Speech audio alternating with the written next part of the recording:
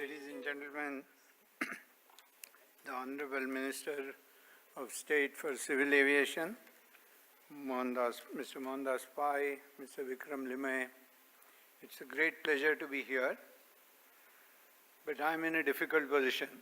After that stunning presentation with numbers, I'm going to be rather dull and boring. So the only choice before me is to be short. So I promise you that I will not keep you away from what you are eagerly awaiting to hear, that is from the Minister himself. I would make a few short points. My mind goes back to 1992 when I joined SEBI. And I didn't know much about the capital markets.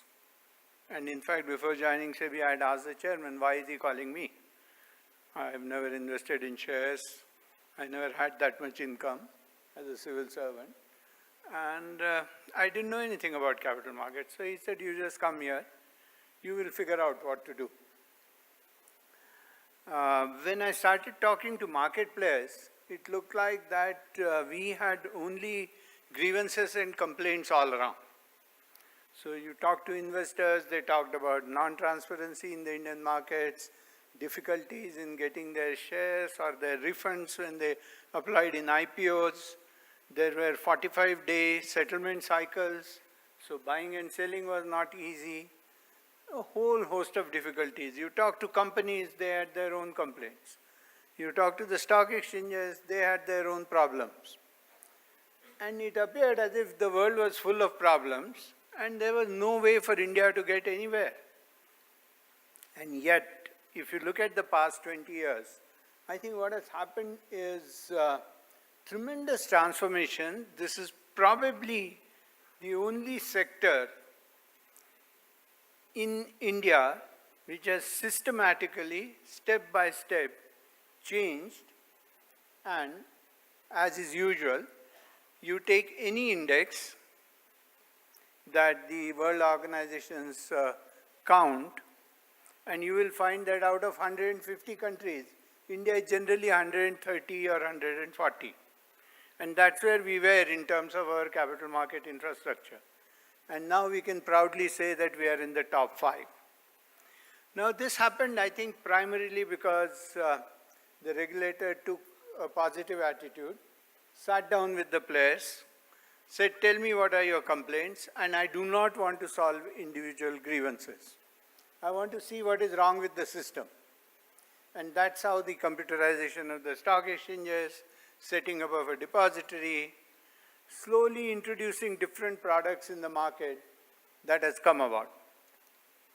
If you compare any numbers, and Mr. Pai has given you enough numbers, so I won't bore you with those, but what could not have been imagined in 1992 is where we are today. The risk in looking at this kind of success is to rest on our laurels. And that's not on, because the world is changing, and so do the capital markets, and the regulations around it need to change. So I want to congratulate NSE that they have organized this meeting, because if we want to develop a startup ecosystem, then we have to look at their capital needs from a different point of view, not like the traditional companies that we used to look at. And if they need avenues for trading that are different from a traditional stock market, then all of you and SEBI need to sit together and find out where exactly are the problems. And you have the government here, a government that understands markets, a government that is ready to do something for the markets. So there couldn't be a better opportunity than this, that we all need to sit together, see what the problems are, take your problems to SEBI, and I'm sure you will find a solution. In a sense, when people say that, look, there is a better market abroad, there is greater liquidity abroad, it's a bit of a lazy thought, that whatever is easily available for me, that is where I will go. But we need to be not lazy and more proactive and say that this is my country. If I have developed something here, the investors here also need to have a share in it. And therefore, I need to create a market here.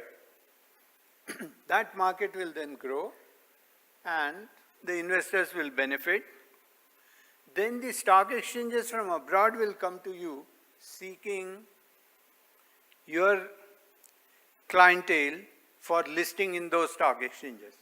You won't be running around to the other stock exchanges saying, tell me what your listing norms are. I'll abide by all of them. Somehow I want to list there. I think one of the things that Mohan mentioned to you that is important, if the growth is taking place in India, China, and in emerging markets, and our saving rates are way beyond the saving rates of other countries, then increasingly capital is going to be generated in this part of the world. Today, despite this capital being generated here, it is being intermediated through foreign entities, and then is coming back to India. So our ambition must be that Indian entities will grow so large that our capital will not need intermediation from outside. The intermediation must happen here. It will happen here because capital is here. The hunger for capital is here because the growth is taking place here. So where is the need for intermediation from outside? So we need to see what is it that the Western world is doing right, which we need to then learn and get it right for ourselves. Maybe go 2 steps ahead of that. So when we set up our stock exchanges and the stock exchanges went up for digitization, they didn't just copy what was happening abroad, but they went 3 steps ahead of them. Our depositories, even though we were the 87th country in the world to set up a depository, were far, far more advanced than other depositories. We had the advantage of learning from their mistakes. So our ambition should be to get to a place where we are ahead of the world and not just catching up with the world. Doing that in cooperation, we have seen in this area itself, it is possible, it is doable. We need people who will think through these things. Reform does not happen overnight, so who will draw up the steps that we need to take in order to achieve that goal? If in 92 you had told somebody, what will you be proud of? He would have said, 600 crore turnover in the stock market in a day is what I will be proud of. Because I am at 400 crores, 1.5 times growth is fantastic. What is the turnover today? Ask Mr. Limay. There's just no comparison. If you had asked them how much capital can be raised in India, people would have stretched their imagination and would have said, maybe 10,000 crores in a year, maybe 12,000 crores in a year. This year, we are inching towards 1 lakh crores. So things have completely changed, but this didn't happen in a day. It happened over a period of 20 years because we had to do it step by step without making too much noise and yet steadfast in our imagination that this is where we want to go. Ladies and gentlemen, thank you very much. I think you're going to discuss all these topics, and I would be very happy if, as a result of your discussions, you come up with some concrete plans and concrete steps that you want the stock exchange or SEBI to take.